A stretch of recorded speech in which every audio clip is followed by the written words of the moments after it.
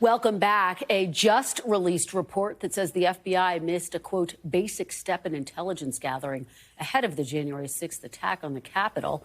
According to the long-awaited review from the Department of Justice Inspector General on the attack, the FBI failed to canvass its field offices for intelligence ahead of the events of January 6th. Joining me now for more on all of this is NBC News Justice reporter Ryan Reilly.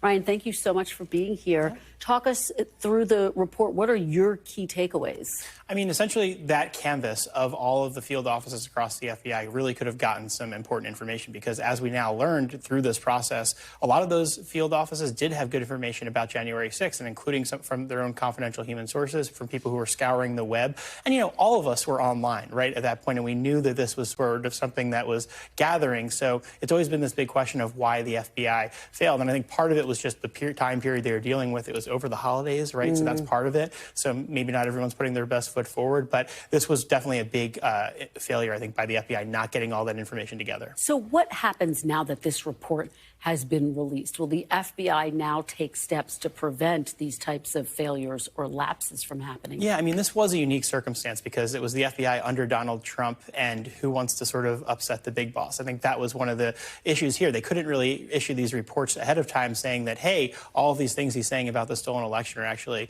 going to cause some problems down the line, and we're seeing a lot of rhetoric because of it. You kind of have to pretend as though, you know, there's not politics in the room, even though you can't have really honest discussions even within the FBI about what the sort of threat level that was creating. Such an incredibly challenging moment.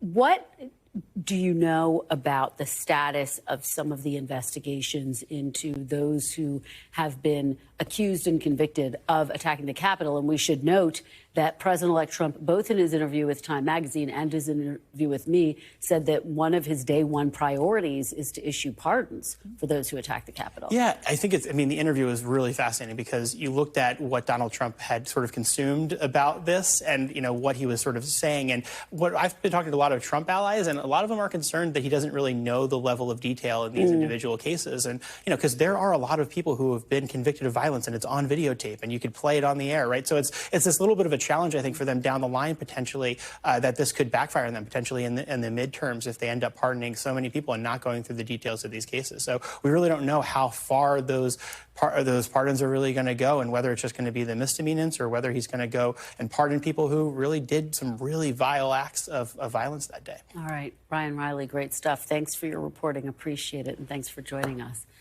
Thanks for watching. Stay updated about breaking news and top stories on the NBC News app or follow us on social media.